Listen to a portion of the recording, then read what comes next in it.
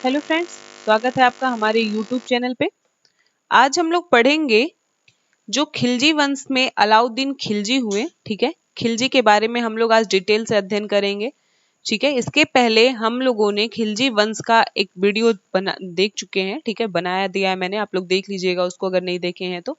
उसमें आप लोगों को हम बता दिए हैं कि खिलजी वंश के संस्थापक कौन थे। ठीक है, खिलजी वंश के संस्थापक के बारे में हमने आपको पढ़ा दिया था कि खिलजी वंश का संस्थापक कौन था। ठीक है, तो चलिए आप लोग हमें कमेंट में बता सकते हैं कि खिलजी वंश का संस्थापक कौन था। ठीक है, आज खिलजी वंश के एक महान शासक के बारे में हम पढ़ेंगे जिनका नाम है अलाउद्दीन खिलजी। ठीक है, तो चलिए अलाउद्दीन खिलजी के बारे में स्टार्ट करते हैं। अलाउद्दीन खिलजी का जो शासन काल है, ठीक है, अलाउद्दीन खिलजी का जो शासन काल है वो चलता है 1296 से लेकर के 1316 तक। कहां से कहां तक चलता है? 1296 से लेकर के 1316 के बीच क्या होता है कि अलाउद्दीन खिलजी अपने शासन को पूरा अच्छे से चलाता है। ठीक है, उसको माना जाता है, अलाउद्दीन खिलजी को माना जाता है कि वो खिलजी वंश का सबसे महान शासक था। क्यों था वो हम अपने वीडियो में आगे पढ़ करके देख लेंगे। ठीक है, तो पहले ये जानिए कि अलाउद्दीन के बचपन का जो नाम था वो क्या था। तो अलाउद्दीन के बचपन का जो नाम था, बचपन बचपन का नाम अलाउद्दीन खिलजी का नाम था गुरसास्प अली। ठीक है, इस तरीके से कहीं कहीं आपको ये दोनों अलग अलग मिलेगा और कहीं कहीं ये एक ही करके मिलता है। ठीक है, अलाउद्दीन के जो पिता थे उनका नाम था शहाबुद्दीन खिलजी। तो ये इतना ज्यादा इंपॉर्टेंट नहीं है। ठीक है, आप लोगों को हम बताए थे कि जो ये अलाउद्दीन खिलजी थे वो जो खिलजी वंश के संस्थापक थे फिरोज, ठीक है, उनके क्या थे, ये भतीजे थे। आप लोगों को ये सारी चीजें मैंने बता दिया था कि फिरोज शाह खिलजी का अलाउद्दीन खिलजी क्या था, भतीजा था, और उनकी वो क्या कर देता है, हत्या कर देता है। ठीक है, अब देखिए अलाउद्दीन खिलजी ने अपने यहाँ बहुत ही ज्यादा सुधार किए, जिसमें से उसका पहला हम सुधार देखेंगे प्रशासनिक सुधार। ठीक है, कौन सा सुधार देखेंगे? प्रशासनिक सुधार देखेंगे। तो प्रशासनिक सुधार में उसने क्या काम किए थे? पहला चीज आप जानिए कि जितने उलेमा थे, ठीक है, उलेमा किसे कहते थे? तो उलेमा थे उनके खिलजियों के यहाँ धर्म गुरु थे। ठीक है, तो उलेमा वर्ग का बहिष्कार किया। क्या किया? उलेमा वर्ग का बहिष्कार किया। अब आप लोग कभी जोधा अकबर अगर देखे होंगे ना, जो सीरियल आता था टीवी पे, वहां पे देखे होंगे कि हमेशा जो अकबर रहते थे उनके साथ में कुछ ऐसे बड़े बड़े कपड़े पहन करके कुछ लोग रहते थे। ठीक है, तो उसी तरीके से उलेमा वर्ग भी रहते थे जो धर्म के जानकार होते थे। तो वो हर चीज में दखल देते थे कि क्या करना है क्या नहीं करना है। तो सबसे पहले उसने प्रशासनिक सुधार में क्या किया? उलेमा वर्ग का बहिष्कार कर दिया कि भैया हमें आपका बात नहीं मानना है। ठीक है, दूसरी चीज क्या की? तो दूसरी चीज हम देखते हैं, इसने सबसे पहले अस्थाई सेना रखना शुरू किया। क्या किया? अस्थाई सेना रखा। ठीक है, अस्थाई सेना रखा और सारे सैनिकों को इसने नगद वेतन दिया। क्या दिया? नगद वेतन दिया। नगद वेतन देने का मतलब समझ रहे हैं? उसके पहले जो एक तरीके से कह सकते हैं जो सैनिक होते थे ना, उन सैनिकों को क्या किया जाता था? नगद वेतन नहीं दिया जाता था। ठीक है, नगद वेतन नहीं दिया जाता था, बल्कि क्या किया जाता था कि उनके लिए उनको जमीन दे दिया जाता था। ठीक है, क्या किया जाता था? जमीन दे दिया जाता था। तो जमीन से वो खेती बाड़ी करते थे, उसी से अपना काम करते थे। लेकिन यहाँ पे नगद वेतन देना स्टार्ट किए। और क्या काम किया? तो इसने घोड़े को दागने की प्रथा बनाई। क्या की? घोड़ों को दागने की प्रथा, घोड़ों को दागने की प्रथा की शुरुआत, प्रथा की शुरुआत। तो ये कौन सी शुरुआत थी? ये शुरुआत थी कि घोड़ों के ऊपर एक मार्क बनाया जाता था, जिसकी वजह से पता चलता था कि किसका घोड़ा है, किस नंबर का घोड़ा है। ठीक है, उनके पहचान के लिए ये काम किया जाता था। और साथ में सैनिकों के लिए इसने हुलिया प्रणाली बनाई। क्या किया? सेना के लिए हुलिया प्रणाली बनाई। तो सेना के लिए हुलिया प्रणाली क्या था? देखिए हुलिया का कहने का मतलब यहाँ ड्रेसिंग सेंस से नहीं मतलब है। ठीक है, यहाँ पे लोगों का फेस के बारे में लिखा जाने लगा कि कैसे, जैसे आप लोग कभी फॉर्म डाले होंगे तो पूछा जाता है कहाँ पे कटपेट का निशान है, कहाँ तिल है, ये सारी चीजें। तो वैसे ही सेना में जो लोग भर्ती होते थे उनके हुलिया का पूरा ब्यौरा लिखा जाता था। ठीक है, तो सेना के लिए हुलिया प्रणाली की शुरुआत किसने किया था? अलाउद्दीन खिलजी ने किया था। ठीक है, इसने अपना राज्य विस्तार किया। राज्य विस्तार किया तो आप देख सकते हैं किस तरीके से मैप में आप देख रहे हैं, काबुल कंधार वाला ये पूरा एरिया लेकर के ये खिलजियों के पास आ गया था। ठीक है, तो सबसे पहले एक चीज आप लोग ये भी नोट डाउन कर लीजिए कि जो दक्कन है, ठीक है, दक्कन जो दक्षिण भारत में पड़ता है, दक्षिण भारत में दक्कन पड़ता है, दक्कन का पठार आप लोगों ने सुना होगा। ठीक है, ये पूरा हिस्सा जो होता है ये दक्कन का पठार कहलाता है। तो पहली बार दक्कन में जो प्रवेश कर पाया ना, जो यहाँ पे प्रवेश कर पाया, वो कौन था? अलाउद्दीन खिलजी था। तो ये पॉइंट भी आप लोग नोट कर सकते हैं। पहली बार दक्कन को अलाउद्दीन खिलजी ने भेदा। ठीक है, दक्कन को सबसे पहले किसने भेदा था? तो अलाउद्दीन खिलजी ने भेजा था।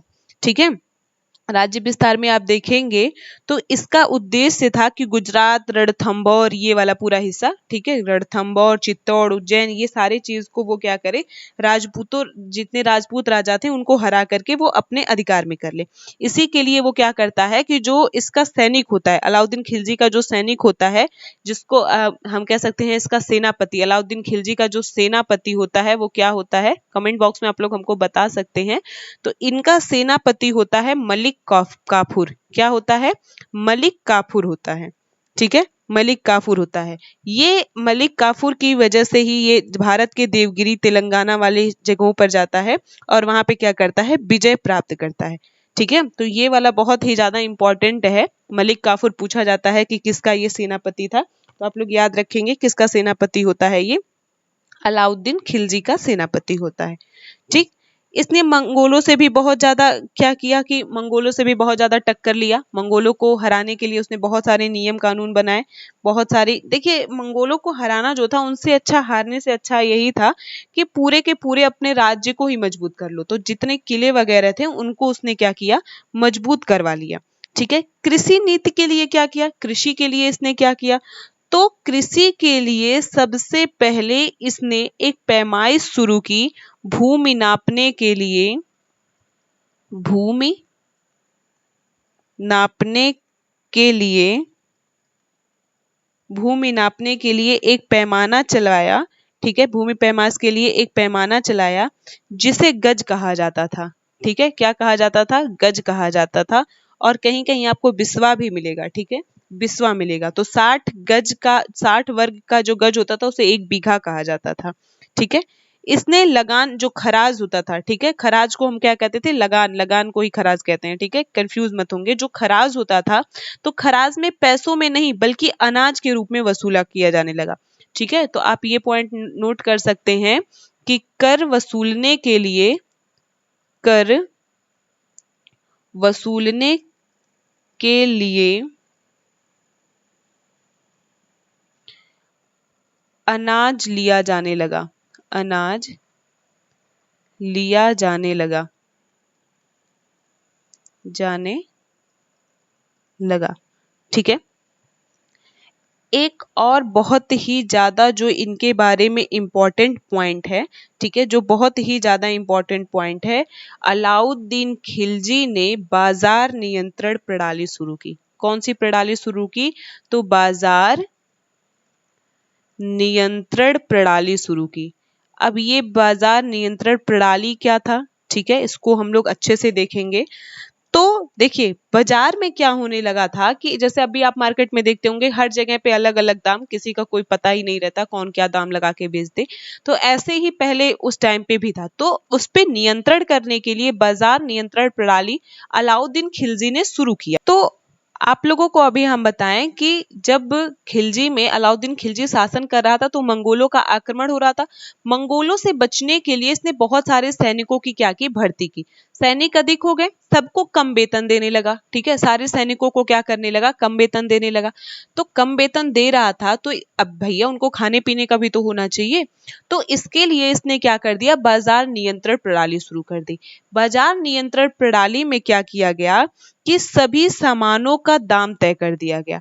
ठीक है, सभी सामानों का क्या काम किया गया, सामानों का दाम तय कर दिया गया। दाम तय कर दिया गया, निश्चित कर दिया गया कि कोई भी इससे अधिक नहीं बेचेगा। तो अब हमें पता चल गया कि कोई भी बंदा अगर इतना चावल खरीद रहा है तो उसे कितना देना है। तो उसी हिसाब से कम वेतन देने पे भी सैनिकों को मरने की कंडीशन नहीं आई, वो कम पैसे में भी अपना जीवन यापन बहुत अच्छे से कर लिए। ठीक है, तो इसलिए उसने क्या किया था, कम वेतन देने के कारण ही उसने बाजार नियंत्रण प्रणाली शुरू की। और इसको देखने के लिए कि ये चीजें सही से कोई अपने यहाँ फॉलो कर रहा है या नहीं कर रहा है, ठीक है, इसको देखने के लिए उसने एक अधीक्षक की नियुक्ति की। एक अधीक्षक की नियुक्ति की। उस अधीक्षक को क्या कहते थे, उस अधीक्षक को सहना कहते थे। क्या कहते थे, शहना कहते थे।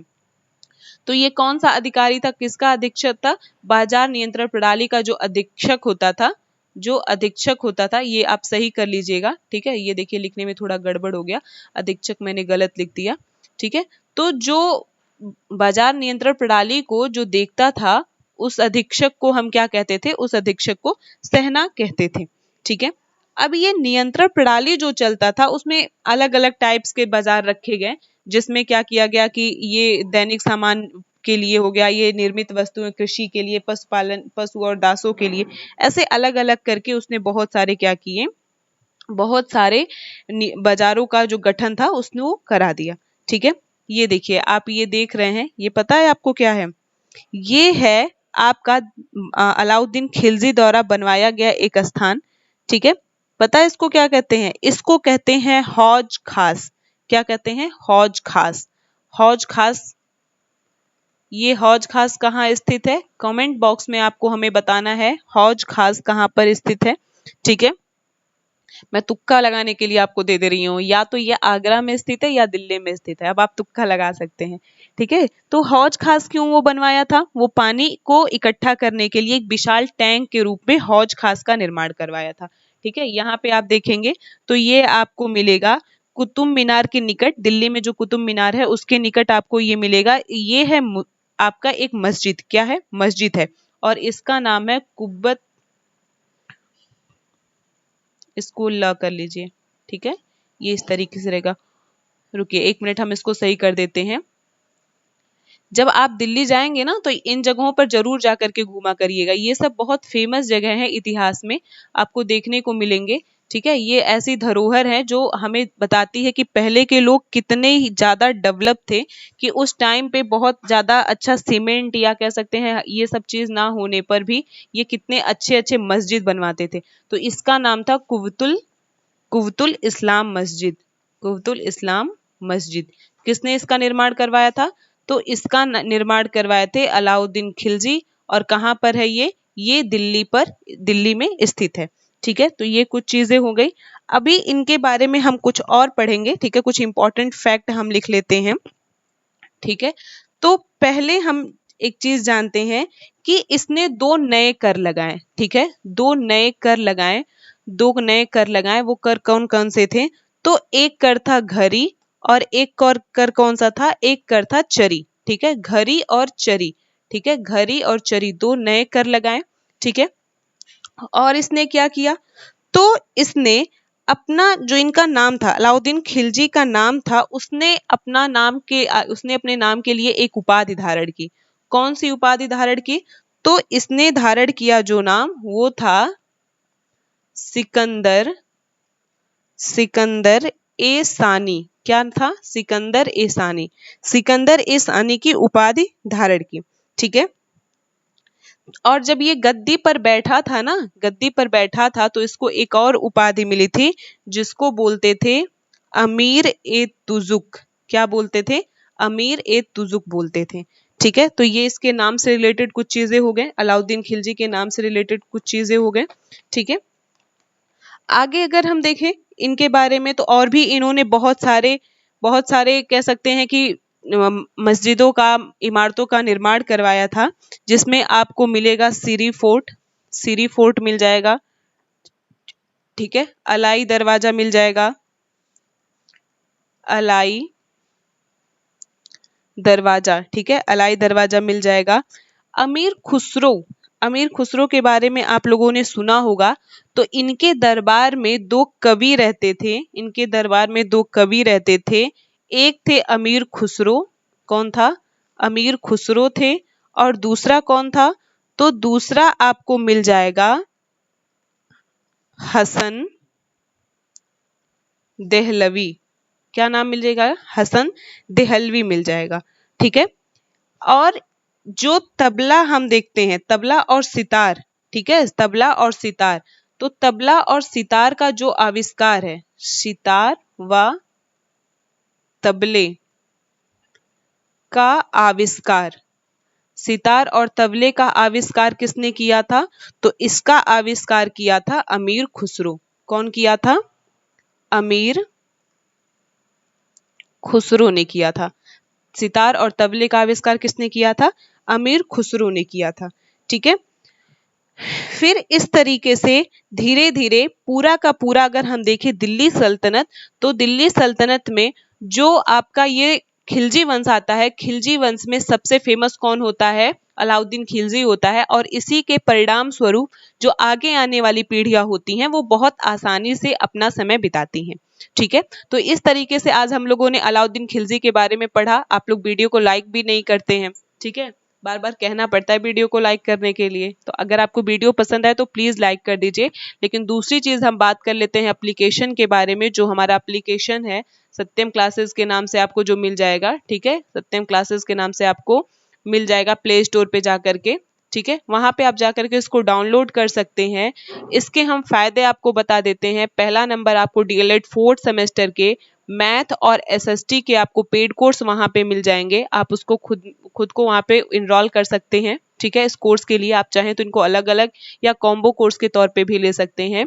साथ ही साथ इसी सेमेस्टर से जुड़े, मतलब आपके जो सेमेस्टर चलते हैं यूपी में डीएलएड के लिए, ठीक है, तो सारे सेमेस्टर्स के आपको बुक्स वहां पे मिल जाएंगे, प्रीवियस ईयर पेपर मिल जाएंगे, ठीक है, प्रीवियस ईयर पेपर मिल जाएंगे। वो पेपर चाहे स्टेट का हो और सीटेट का, ये दोनों पेपर भी आपको वहां पर मिल जाएगा, ठीक है, टेट और सीटेट का पेपर भी मिल जाएगा।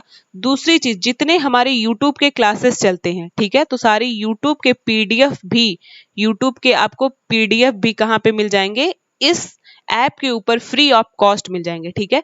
तो वो कोर्स 4th सेमेस्टर का जो कोर्स है उसको छोड़ करके बाकी सारी चीजें आपको वहां पे फ्री ऑफ कॉस्ट मिल सकती हैं, ठीक है। तो आप उस ऐप को डाउनलोड कर सकते हैं। बाकी टेलीग्राम चैनल पे भी आप हमसे जुड़ सकते हैं। उस चैनल का लिंक हमने अपने डिस्क्रिप्शन बॉक्स में दे दिया है, ठीक है। अगर आपको वीडियो पसंद आया हो गाइस तो प्लीज इसको लाइक करिए, शेयर करिए, और अगर आप चैनल पे नए हैं तो हमारे चैनल को सब्सक्राइब करिए। मिलते हैं नेक्स्ट वीडियो में, तब तक के लिए थैंक यू दोस्तों।